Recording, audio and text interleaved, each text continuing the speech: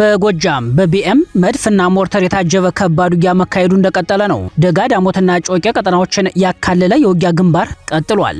ያገዛዙ ጦር ስትራቴጂክ ቦታዎችን ሲለቅ የፋኖ ኃይሎች በተለዋዋጭ የውጊያ ስሌት ቀጥለዋል። ካገዛዙ በተተኮሰ ቢኤም የአንድ ቤተሰብ አባላት ንጹሃን ሲገደሉ ሌሎች የጦር ወንጀሎች መፈጸማቸውም ተሰምቷል። ቀዳሚ ግንባር መረጃችን ነው። በወሎ ቤተ አማራ ወግዲ ግንባር የፋኖ ኃይሎች በከፈቱት ማጥቃት ያገዛዙ ጦር የሚጠቀምበትን ምሽግ በመስበር ከፍተኛ ወታደራዊ ድል ሲቀዳጁ አንድ የሰራዊቱ አዛዥ ከነ መገናኛ ሬዲዮ በፋኖ ቁጥጥር ስር ገብቷል። ሌላኛው የግንባር መረጃችን ነው። በአርሲ የኦርቶዶክስ እምነት ተከታዮች ላይ ከጀርባ ሆነው ጭፍጨፋ በማስፈጸም ተጠያቂ ከሆኑት ባለስልጣናት መካከል አንዱ የሆኑት የአርሲ ዞን አስተዳዳሪ በሽመልስ አብዲሳ መሸለማቸው ከፍተኛ ህዝባዊ ቁጣ ቀሰቀሰ። በሌላ በኩል ሽመልስ አብዲሳ በአንድ ስብሰባ ላይ ኦሮሚያን ማፍረስ የማይሳካ ምኞት ነው ሲሉ ተሰምተዋል። በዝርዝር ይደመጣል።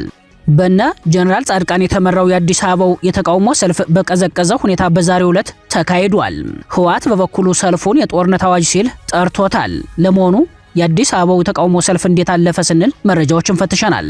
የጀነራል አልቡርሃን የአስመራ ጉዞ ትኩረት ስቧል። በቀጠናው የድንበር ተሻጋሪ የድሮን ጥቃት ውዝግብ በጨመረበት ሁኔታ የጀነራሉ ድንገተኛ ጉዞ በማነጋገር ላይ ነው። ለሰዓቱ የመረጥንላችሁ ቀጠናዊ ዜና ትንታኔያችን ነው። ሰላም ጤና ይስጥልን ውድ የጣና ቲቪ ተከታታይ ቤተሰቦቻችን አብራችሁን ስትቆዩ እነዚህንና ሌሎች ዝርዝር መረጃዎችን ታደምጣላችሁ። አክብሮታዊ ግብዣችንን በማስቀደም ወደ ሰዓቱ ዜናና መረጃዎቻችን እናመራለን። በጎጃም በቢኤም መድፍና ሞርተር የታጀበ ከባድ ውጊያ መካሄዱ እንደቀጠለ ነው። ካገዛዙ በተተኮሰ ቢኤም የአንድ ቤተሰብ አባላት ንጹሃን ሲገደሉ ሌሎች የጦር ወንጀሎች መፈጸማቸውም ተሰምቷል። በፋኖ ኃይሎችና በአገዛዙ ጦር መካከል የሚካሄደው ውጊያ ዛሬም ተጠናክሮ ቀጥሏል። በተለይ በጎጃም ደጋዳሞትና ጮቄ ተራራ ዙሪያ የሚካሄደው ውጊያ ዛሬ አራተኛ ቀኑን ሲያስቆጥር ውጊያው አድማሱን ከማስፋቱ ትይዩ ተከታታይ የጦር ወንጀሎች በመፈጸም ላይ መሆናቸው ተሰምቷል። ከሐምሌ 8 ቀን ጀምሮ ለተከታታይ ቀናት በቀጠለው ውጊያ የፋኖ ኃይሎች ከመልሶ ማጥቃት ወደ ጸረ ማጥቃት ውጊያ መሸጋገራቸው ሲሰማ ባለፉት ቀናት የብልጽግና ሰራዊት ከ3 መኪና በላይ ሙትና ቁስለኛ ለማንሳት መገደዱን የፋኖ ምንጮች ገልጸዋል። በሌተናል ጀነራል መሐመድ ተሰማ የሚመራው የምስራቅ እዝና በሜጀር ጀነራል ብርሃኑ ጥላሁን የሚመራው 6ኛ እዝ የተለያዩ አሃዶች በቢኤም ጀነራል መድፍና ሞርተር የታጀበ ጥቃት መክፈቱን ተከትሎ በርካታ ንጹሃን አርሶ አደሮች በመኖሪያ ቤታቸው በጥቃቱ ህይወታቸው እንዳለፈ የአካል ጉዳት እንደደረሰ ባቸው ተሰምቷል። ውጊያው አሁንም እንደቀጠለ መሆኑን ተከትሎ ዝርዝር የጉዳት መጠኑን ማወቅ አልተቻለም ያሉት የአካባቢው ምንጮች በተለይም በደጋ ዳሞት ሐሙስ ገበያ፣ ፈረስ ቤት፣ ስናን፣ ማቻከል፣ ከደንበጫ አጀኔ መስመር በሚገኙ አካባቢዎች በተፈጸሙ የከባድ መሳሪያ ጥቃቶች ንጹሃን ጉዳት ማስተናገዳቸውን ገልጸዋል። ከውጊያ አኳያ ያሉ መረጃዎች እንደሚያመላክቱት በማቻከል በደንበጫ ወረዳ አጀኔ እና ገሊላ፣ በደጋ ዳሞት ወረዳ በቋሪት ገነት አቦ፣ ብር አዳማ እንዲሁም በቢቡኝ ቀጠናዎች መጠነ ሰፊ ውጊያዎች እንደቀጠሉ ሲሆን በእነዚህ የውጊያ ግንባሮች የፋኖ ኃይሎች በመስዋዕትነት የታጀበ ጀብዱ መፈጸማቸው ተሰምቷል። በደንበጫ ግንባር 2 ብረት ለበስ፣ 1 ጀነራል መድፍ፣ 1 ቢኤም፣ 5 ዲሽቃ፣ በርካታ ብሬን እና ስናይፐር እንዲሁም በማቻከል 1 ብረት ለበስ፣ 1 መድፍ፣ 1 ቢኤም፣ 5 ዲሽቃ፣ በርካታ ብሬን እና ስናይፐር፣ በደጋ ዳሞት 2 ብረት ለበስ፣ 1 መድፍ፣ 1 ቢኤም፣ 6 ዲሽቃ፣ በርካታ ብሬን እና ስናይፐር ለውጊያ ያሰለፈው ያጋዙ ጦር ወደ ፋኖ ኃይሎች ካስወነጨፈው የከባድ መሳሪያ ተከታታይ ተኩሱ ይልቅ ንጹሃንን ኢላማ ያደረገበት እንደሚበዛ ነው የአካባቢው ምንጮች የገለጹት። በተለይም አመዛኙ የውጊያ ክፍል ደጋማ ስፍራ በመሆኑ እንዲሁም ከክረምቱ የአየር ንብረት ጋር በተያያዘ አብዛኛውን የውጊያ ክፍል በከባድ መሳሪያ ድጋፍ ለመጨረስ ያቀደው ያገዛዙ ጦር በሁሉም ግንባር ኢላማ የለሽ የከባድ መሳሪያ ጥቃት በመፈጸም በንጹሃን ላይ ከፍተኛ ጉዳት ማድረሱ ተሰምቷል። በዚህ መሰሉ ጥቃት በቢኤም ከባድ መሳሪያ በደጋ ዳሞት ወረዳ ሐሙስ ገበያ ታዳጊ ከተማ በሚገኙ የአንድ ቤተሰብ አባላት በሆኑ 5 ንጹሃን መኖሪያ ቤት ላይ አርፎ ሙሉ በሙሉ ማለቃቸውን የአካባቢው ምንጮች ገልጸዋል። እንደ ምንጮች መረጃ ወይዘሮ እጅግ ሽፈራው ከ2 ልጆቻቸው ጋር የ4 ዓመት ወንድ ህፃን እና የ1 ዓመት ከ6 ወር ሴት ህፃን እንደያዙ፣ ወይዘሮ እናትነሽ አየነው የ1 ዓመት ከ6 ወር ሴት ህፃን እንደያዙ፣ ሁሉም ወዲያውኑ የሞቱ ሲሆን በተጨማሪም ቤት ውስጥ የነበሩ 7 በጎች ተገድለዋል። በተመሳሳይ መረጃ ወፍጮ ቤት በመስራት የሚተዳደሩ አቶ ገበያው ጌቴ ባለቤታቸውና ልጃቸው ባልሽ ቤት ውስጥ አልተገኘም፣ ፋኖ ስለሆነ ነው ቤት ያልተገኘው በሚል ወታደራዊ እርምጃ እንደተወሰደባቸው ገልጸዋል። እንደ አካባቢው ምንጮች መረጃ ማቻከል ወረዳ ደጋሰኝ የተባለ ቦታ 2 ንጹሃን በአደባባይ ወታደራዊ እርምጃ ተወስዶባቸዋል። በጥቅሉ በጎጃም ቀጠናዎች የቀጠለው ውጊያ ባጋዙ በኩል በጦር ወንጀል የታጀበ መሆኑን ከስፍራው በሚወጡ መረጃዎች ላይ ተመላክቷል። የሰብአዊ መብት ተሟጋቾች ድርጅቶችና ልዩ ልዩ የአማራ ማህበራት ለዚህ መሰሉ የጦር ወንጀል ልዩ ትኩረት እንዲሰጡም ጥሪ ቀርቧል። የፋኖ ኃይሎች በወሎ ቤተ አማራ ወግዲ ግንባር ምሽግ በመስበር ከፍተኛ ወታደራዊ ድል ሲቀዳጁ ያጋዙ ሰራዊት አዛዥ ከነ መገናኛ ሬዲዮ በፋኖ ተያዘ። የፋኖ ኃይሎች በወሎ ቤተ አማራ ወግዲ ግንባር ያጋዙን ጦር ምሽግ በመስበር ድል መቀዳጀታቸውን ገለጹ። የፋኖ ምንጮች እንደገለጹት ያፋብን ምኒልክ ዕዝ 105ኛ ኮር 45ኛ መብረቅ ክፍለ ጦር አርበኞች በወግዲ ግንባር በወሰዱት የማጥቃት እርምጃ ያጋዙ ጦር በምሽጉ ውስጥ እንዳለ ከነ ሰው ኃይሉና ወታደራዊ ንብረቱ ባለበት ከባድ ኪሳራ አስተናግዷል። የፋኖ ልዩ የጦር ንድፍ እና የማጥቃት አቅም በታየበት በዚህ አውደ ውጊያ ያገዛዙ የውጊያ መሐንዲሶችና ወታደራዊ አዛዦችን ጨምሮ በርካታ ወታደሮች ሙትና ቁስለኛ ሲሆኑ ቁጥሩ በውል ያልተገለጸ ነገር ግን በርካታ የተባለ የጦር መሳሪያ በፋኖ ኃይሎች እጅ ስለመግባቱ በግንባር መረጃው ላይ ተመላክቷል። በዚሁ አውደ ውጊያ የብልጽግና ሰራዊት አዛዥ ከነ መገናኛ ሬዲዮ በምኒልክ ዕዝ 105ኛ ኮር 45ኛ መብረቅ ክፍለ ጦር አርበኞችም በቁጥጥር ስር መዋሉን የፋኖ ምንጮች አረጋግጠዋል። ከዚህ በተጨማሪም ከ15 በላይ ያጋዙ ወታደሮች በውጊያ ተማርከው ዓለም አቀፍ የምርኮ አያያዝ ህገ ደንብ በሚያዘው መልኩ እንክብካቤ የተደረገላቸው እንደሚገኝ በግንባር መረጃው ላይ ተመላክቷል። በዚሁ የወግድ ግንባር ማካፍታ አካባቢ በፋኖ ከተማረኩ ያጋዙ ወታደሮች መካከል አንደኛው የ15 ዓመት ታዳጊ እንደሚሆነው ተገልጿል። ታዳጊው ከትምህርት ቤት ሲመለስ ታፍኖ ወደ ማሰልጠኛ ጣቢያ ከተወሰደ በኋላ የ3 ወር ስልጠና ተሰጥቶት ወደ ጦር ግንባር የተላከ እንደሆነ በመረጃው ላይ ተመላክቷል። ይህም ያጋዙ ጦር በቀጥታ ከሚፈጽማቸው ተከታታይ የጦር ወንጀሎች በትይዩ እድሜያቸው ያልደረሱ ታዳጊዎችንም በጦር ሜዳ በማሰለፍ ማዋጋቱ ራሱን ችሎ ዓለም አቀፍ የጦር ወንጀል ህግን የጣሰ ወንጀል ነው። ይህ በእንዲህ እንዳለ ያጋዙን ተልኮ ተቀብለው በስርቆት እና በእገታ ድርጊት በተሰማሩ ወንጀለኞች ላይ ፋኖ መጠነ ሰፊ የማጽዳት ዘመቻ በማድረግ በርካቶችን በቁጥጥር ስር መዋሉ ተሰምቷል። በአፋብን ጎንደር ጠቅላይ ግዛት በላይ ዘለቀ ዕዝ 305ኛ ኮር የኮሩ ልዩ ዘመቻን ጨምሮ በኮሩ ስር የሚገኙ ክፍለ ጦሮች ከህዝቡ ጋር በመቀናጀት በቀጠናው ካጋዙ ተልኮ ተቀብለው በስርቆት እኩይ ድርጊት በተሰማሩ ወንጀለኞች ላይ ከወትሮው የተለየ ጥብቅ እርምጃ እንዲወስዱ አቅጣጫ አስቀምጧል። ከፋኖ ጋር ፊት ለፊት ገጥሞ ማሸነፍ እና ከወደ ፋኖ የሚሰነዘርበትን ምት መቋቋም ያልቻለው አገዛዙ በፋኖ ስም ህዝቡን ለመዝረፍ የአድማ ብተና አባላትን ጨምሮ በመመልመል በመከላከያ ሽፋን ሰጭነት በየአካባቢው አሰማርቶ መንገደኞችን በማገትና የህዝቡን ሀብት ንብረት በማዘረፍ ወንጀል ሲፈጽም ቆይቷል ነው የተባለው። በበላይ ዕዝ 305ኛ ኮር የኮሩ ልዩ ዘመቻን ጨምሮ በኮሩ ስር የሚገኙ ክፍለ ጦሮች ከህዝቡ ጋር በመቀናጀት በቀጠናው ካገዛዙ ተልኮ ተቀብለው በስርቆት እኩይ ድርጊት ላይ በተሰማሩ ወንጀለኞች ላይ ከወትሮው የተለየ ጥብቅ እርምጃ እንዲወስዱ አቅጣጫ ማስቀመጡን ተከትሎ ከጎንደር ከተማ ጀምሮ ወደ አርማጭሆ መስመር እንዲሁም ካዳኝ አገር ጫቆስ ከመተማ በተለይ በጠረፉ አካባቢ ህግ የማስከበር ዘመቻው ተጠናክሮ መቀጠሉን ከፋኖ ምንጮች ሰምተናል። በአርሲ ኦርቶዶክስ እምነት ተከታዮች ላይ ከጀርባ ሆነው ጭፍጨፋ በማስፈጸም ተጠያቂ ከሆኑት ባለስልጣናት መካከል አንዱ የሆኑትም የአርሲ ዞን አስተዳዳሪ በሽመልስ አብዲሳ መሸለማቸው ከፍተኛ ህዝባዊ ቁጣ ቀሰቀሰ። በሌላ በኩል ሽመልስ አብዲሳ በአንድ ስብሰባ ላይ ኦሮሚያን ማፍረስ የማይሳካ ምኞት ነው ሲሉ ተሰምተዋል። ተከታታይነት ያለው የኦርቶዶክሳውያን እልቂት የሚፈጸምበት አርሲ ከእያንዳንዱ ጥቃት መዋቅራዊ ድጋፍ እንዳለው ብዙዎች ያምናሉ፣ መረጃዎችም ያሳያሉ። ይህንን ተከትሎ በአርሲው ተከታታይ ጥቃት ገለልተኛ ምርመራ እንዲደረግ አጥፊዎቹም በህግ እንዲጠየቁ ከማድረግ ይልቅ አገዛዙ የወንጀሉ ዓላማ ደጋፊ መሆኑን የሚያሳይ ድርጊት በመፈጸም ላይ ነው። ከሰሞኑ በሽመልስ አብዲሳ የሚመራው ክልል የዞን አመራሮችን በስራ አፈጻጸም አወዳድሮ መሸለሙን ባሳወቀበት መድረክ የአርሲ ዞን ዋና አስተዳዳሪው የኦሮሚያ ፕሬዝዳንታዊ አዋርድ የሚል ስያሜ የተሰጠው ሽልማት ማግኘታቸው ተሰምቷል። የነ ሽመልስ አብዲሳ የሽልማት መስፈርት ብዙ በገደለ ካልሆነ በስተቀር በ2018 ዓ.ም ከጥቅምት ወር ጀምሮ ከ5 ዙር ጊዜ በላይ ተከታታይ የበርካታ ንጹሃን ግድያ፣ የጥንታዊ አብያተ ክርስቲያናት ውድመት፣ የክርስቲያን ቤቶች ቃጠሎ በተፈጸመበት ቦታ አመራር የሆኑ ሰው ሽልማት ማግኘታቸው ህዝብን በከፍተኛ ሁኔታ ያስቆጣ ድርጊት ሆኗል።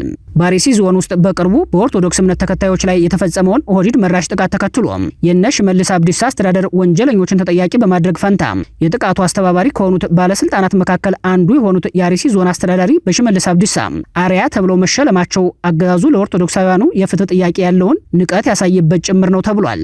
ሌሎች የክልሉ የዞን አስተዳደር አመራሮች ተሸላሚውን አርያ እንዲያደርጉ መመሪያ ተሰጥቷቸዋል ተብሏል። ሽመልስ አብዲሳ በስልጣን ላይ በቆዩበት ባለፈው 8 ዓመት ገደማ አንድም ጊዜ የኦሮሚያ ፕሬዝዳንታዊ አዋርድ የሚል ሽልማት ሰጥተው የማያውቁ ቢሆንም በዚህ ዓመት ይህን መድረክ ማዘጋጀታቸው በተጨማሪም አርያ ተደርገው የተመረጡት የዞን አመራር በሚመሩት አካባቢ ህዝብን ያስቆጡ ተከታታይ የጅምላ ጥቃቶች በተፈጸሙበት ሁኔታ ይህ ሽልማት መበርከቱ የአርሲው የጅምላ ጥቃትና የአብያተ ክርስቲያናት ውድመት በዓላማ የሚፈጸም እንደሆነ ተጨማሪ ማሳያ ነው ተብሏል።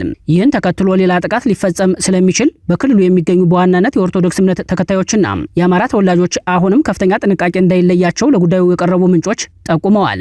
በሌላ በኩል የኦሮሚያ ክልል ርዕሰ መስተዳደር ሽመልስ አብዲሳ ኦሮሚያ ክልል ጠፍቶ ለማየት የሚመኙና ኦሮሚያ የሚለውን ቃል መስማት የማይፈልጉ አካላት አሉ፣ እነሱም ምኞታቸው አይሳካም ሲሉ ተሰምተዋል። ሽመልስ ይህን የተናገሩት በናዝሬት እየተካሄደ ባለው ከክልል እስከ ወረዳ መዋቅር ያሉ የኦህዴድ ብልጽግና አመራሮች በሚሳተፉበት መድረክ ላይ ነው። ያገዛዙን ድብቅ ዓላማ ፊት ለፊት በመድረክ አውጥቶ በመናገር የሚታወቁት ሽመልስ የክልል መፍረስን አጀንዳ በተመለከተ በመድረኩ ላይ እንደተናገሩት ይሄ የጠላት ምኞት በፍጹም ሊሳካ አይችልም፣ ይልቁንም ክልሉ ወደፊት እየጠነከረ መሬት እየያዘና ውጤታማ እየሆነ ይሄዳል ሲሉ መናገራቸውን የዘገበው ዋዜማ ነው። አቶ ሽመልስ በዚሁ ንግግራቸው ኦሮሚያ ክልል ጠፍቶ ማየት ይፈልጋሉ ያሏቸውን አካላት ማንነት በስም ለይተው ባይጠቅሱም በንግግራቸው ይዘት አብይ አህመድ ያማልዳል በሚል ጠቅላይ ሚኒስትሩ እግር ስር የማይጠፉትን የኢዜማ አመራሮችን እንደሚጨምር በንግግራቸው ይዘት ተመላክቷል። ኦህዴድ ብልጽግና በክልሉ የሚገኙ 21 ዞኖችን በ6 አዲስ አበይት አስተዳደራዊ መዋቅሮች ስር የሚያዋቅርበትን ረቂቅ ሰነድ ማዘጋጀቱ ይታወቃል። 6ቱ አስተዳደራዊ መዋቅሮች ምስራቅ ኦሮሚያ፣ ደቡብ ምስራቅ ኦሮሚያ፣ ደቡብ ኦሮሚያ፣ ምዕራብ ኦሮሚያ፣ ደቡብ ምዕራብ ኦሮሚያና ማዕከላዊ ኦሮሚያ ተብለዋል። ለማሳያም አርሲ፣ ምዕራብ አርሲ፣ ባሌና ምስራቅ ባሌ ዞኖች በደቡብ ምስራቅ ኦሮሚያ ስር የተዋቀሩ ሲሆን ምስራቅና ምዕራብ ሐረርጌ ዞኖች በምስራቅ ኦሮሚያ ስር እንደሚዋቀሩ ሰነዱ ይገልጻል። ምስራቅ ሸዋ፣ ምዕራብ ሸዋ፣ ሰሜን ሸዋና ደቡብ ምዕራብ ሸዋ ዞኖች በማዕከላዊ ኦሮሚያ ስር እንደሚተዳደሩ በሰነዱ ላይ ተጠቅሷል። ሰነዱ እንደሚያመላክተው ኦሮሚያ የተባለውን የኢትዮጵያ ግዛት ራሱን ወደ ቻለ አገራዊ ቅርጽ የመቀየር መዋቅራዊ ጉልበት መፍጠሪያ መንገድ ነው። በዚህ መሰሉ የመዋቅር አደረጃጀት እንደ አዲስ አበባና ድሬዳዋ ያሉ ከተማ በሪሶርስ አጠቃቀምና በዲሞግራፊ እንዲሁም በአመራር ምደባ ደረጃ የኦህዴድ ገባሪ እንዲሆኑ ለማድረግ የረጅም ጊዜ ፖለቲካ ኢኮኖሚ ግንባታ ፕሮጀክት ተይዞ እየተሰራ እንደሆነ ከዚህ ቀደም መዘገባችን ይታወሳል። በነ ጀነራል ጻድቃን የተመራው የአዲስ አበባው የተቃውሞ ሰልፍ በቀዘቀዘ ሁኔታ ተካሄደ። ሰልፉን ህወሓት የጦርነት አዋጅ ሲል ጠርቶታል። በብልጽግና የሰው የፖለቲካ የፕሮፓጋንዳና የሰው ኃይል ድጋፍ አፈሳ ይቁም፣ ሰላም ይስፈን በሚል መሪ ሐሳብ በአዲስ አበባ መስቀል አደባባይ በዛሬው ዕለት የተዘጋጀው የነ ሌተናል ጀነራል ጻድቃን ገብረተንሳይና ጌታቸው ረዳ የተቃውሞ ሰልፍ በቀዘቀዘ ሁኔታ ተካሂዷል። የትግራይ ሰላም እና ለውጥ ምክር ቤት አደራጅቶ መራው የተባለው ይህ ሰልፍ በትግራይ ክልል እየተካሄደ ያለው አፈሳና ሰቆቃ ለፌዴራል መንግስትና ለዓለም አቀፉ ማህበረሰብ ድምጽ እንዲሆንና መፍትሄ እንዲፈለግለት ለመጠየቅ እንደሆነ በብልጽግና ልሳናት ተከታታይ ፕሮፓጋንዳ ተሰርቶለታል። የአዲስ አበባ የብልጽግና መዋቅር ካድሬዎቹን አሰማርቶ ሰልፉን ለማድመቅ ጥረት ያደረገ ቢሆንም ከክረምቱ ቅዝቃዜ እኩል ቀዝቃዛ ሰልፍ የደበዘዘ ፕሮፓጋንዳ የተሰራበት ሆኖ ታይቷል። በሰልፉ ላይ ከተገኙት መካከል የአብይ አህመድ የምስራቅ አፍሪካ ጉዳዮች አማካሪ አቶ ጌታቸው ረዳ፣ ሌተናል ጀነራል ጻድቃን ገብረተንሳይና የቀድሞ የመቀሌ ዩኒቨርሲቲ ፕሬዝዳንት ፕሮፌሰር ክንድያ ገብረህይወት ይጠቀሳሉ። ሰልፈኞቹ መፈክሮቻቸውን ያሰሙት በትግርኛ በአማርኛና እንግሊዝኛ ቋንቋ መሆኑን ታዝበናል። በጉዳዩ ላይ መግለጫ ያወጣው ህወሓት ሰልፉን የጦርነት አዋጅ ብሎታል። ህወሓት በሰልፉ መሸበሩን የሚያሳይ ተከታታይ መግለጫ ሲያወጣ ሰንብቷል። በዛሬው ዕለት በአዲስ አበባ መስቀል አደባባይ የተካሄደውን የተቃውሞ ሰልፍ አስመልክቶ በሰጠው መግለጫ ሰልፉን የጦርነት አዋጅ ሲል ገልጾታል። የህወሓት ቃል አቀባይ አቶ ሚካኤሌ አስጎዶም ለጋዜጠኞች በሰጡት መግለጫ በአዲስ አበባ የተካሄደው ሰልፍ በትግራይ ላይ ያነጣጠረ ግልጽ ጦርነት ለመክፈት ታስቦ የተዘጋጀ የሴራ ፖለቲካ አካል ነው ሲሉ ኮንነዋል። ቃል አቀባዩ በሰጡት አስቸኳይ መግለጫ ሰልፉ በዋናነት በአብይ አህመድና ባገዛዛቸው የተዘጋጀ በገንዘብ የተደገፈና እየተንቀሳቀሰ ያለ የጥፋት እንቅስቃሴ የጦርነት አዋጅ ነው ሲሉ ነው የከሰሱት። ሰልፉ በትግራይ ውስጥ የውስጥ ክፍፍል ለመፍጠር እርስ በርስ ግጭት ለማስነሳትና ዓለም አቀፉ ማህበረሰብ ለማነሳሳት የታለመ ነው ሲሉም አጣጥለዋል። ቃል አቀባዩ ለሰልፉ የተዘጋጁት መፈክሮች በትግራይ ጦርነት ይጀመር፣ ህወሓት ይጥፋ፣ ይፍረስ የሚሉ መሆናቸውን በመጥቀስ በአዲስ አበባ የሚኖሩ የትግራይ ተወላጆች ይህንን ሰልፍ በማስተዋል ከተሳትፎ እንዲቆጠቡ ያቀረቡትን ጥሪ አስታውሰዋል። አዲስ አበባና መቀሌ በሚገኙ የህወሓት አንጃዎች መካከል የቀጠለው የቃላት ጦርነት ብልጽግናና ህወሓት ለሚያደርጉት የጦርነት ዝግጅት አስቻይ ሁኔታዎችን በመፍጠር ላይ እንደሆነ የሚያምኑ የጉዳዩ ታዛቢዎች በሁለቱም ጦረኛ ኃይሎች በኩል ለጦርነት በቂ የሚሉትን ምክንያት በመፍጠር ላይ ናቸው ይላሉ። የጀነራል አልቡርሃን የአስመራ ጉዞ ትኩረት ስቧል። በቀጠናው የድንበር ተሻጋሪ የድሮን ጥቃት ውዝግብ በጨመረበት ሁኔታ የጀነራሉ ድንገተኛ ጉዞ በማነጋገር ላይ ነው። የሱዳን ብሔራዊ ጦር መሪ ጀነራል አብዱል ፈታህ አልቡርሃን ትላንት ምሽት አስመራ ገብተዋል። የጀነራሉ የአስመራ ጉዞ ትኩረት ስቧል። በተለይ በቀጠናው የድንበር ተሻጋሪ የድሮን ጥቃቶች ውዝግብ በጨመረበት ሁኔታ የጀነራሉ ድንገተኛ ጉዞ አነጋጋሪ ሆኗል። የሱዳን ሉዓላዊ ምክር ቤት ሊቀመንበር ጀነራል አብደል ፈታህ አልቡርሃን ድንገተኛ ጉዞ በማድረግ አስመራ መግባታቸውንና ከኤርትራው ፕሬዝዳንት ኢሳያስ አፈወርቂ ጋር በቤተ መንግስት መምከራቸውን የኤርትራ ማስታወቂያ ሚኒስተር የማነ ገብረ መስቀል በኤክስ ገጻቸው ባወጡት መግለጫ አረጋግጠዋል። የጀነራሉ አስቸኳይ ጉብኝት የተሰማው የሱዳን ብሔራዊ ጦር በካርቱም ዓለም አቀፍ አውሮፕላን ማረፊያ ላይ የተሰነዘሩት የድሮን ጥቃቶች መነሻቸው ከኢትዮጵያ ባህር ዳር አውሮፕላን ማረፊያ ነው በሚል ብልጽግናን በግልጽ ከከሰሱና ሱዳን በኢትዮጵያ የሚገኘውን አምባሳደሯን በይፋ ወደ ፖርት ሱዳን በጠራችበት ወቅት መሆኑ ልዩ ትኩረት ስቧል። ይህ ብቻ ሳይሆን የብልጽግናው አለቃ ሰኔ 30 ቀን በዋለው ፓርላማ ላይ ህወሓት ሻዕቢያና ሱዳን ጥምረት ቢፈጥሩም በኢትዮጵያ ሉዓላዊነት ላይ ቅንጣት ታህል ስጋት የለም በሚል የግል ስልጣናቸውን ከኢትዮጵያ ሉዓላዊነት ጋር አያይዘው ንግግር ባሰሙ ማግስት የተካሄደ ጉብኝት መሆኑ ተጨማሪ ትኩረት የሳበ ጉዳይ ሆኗል።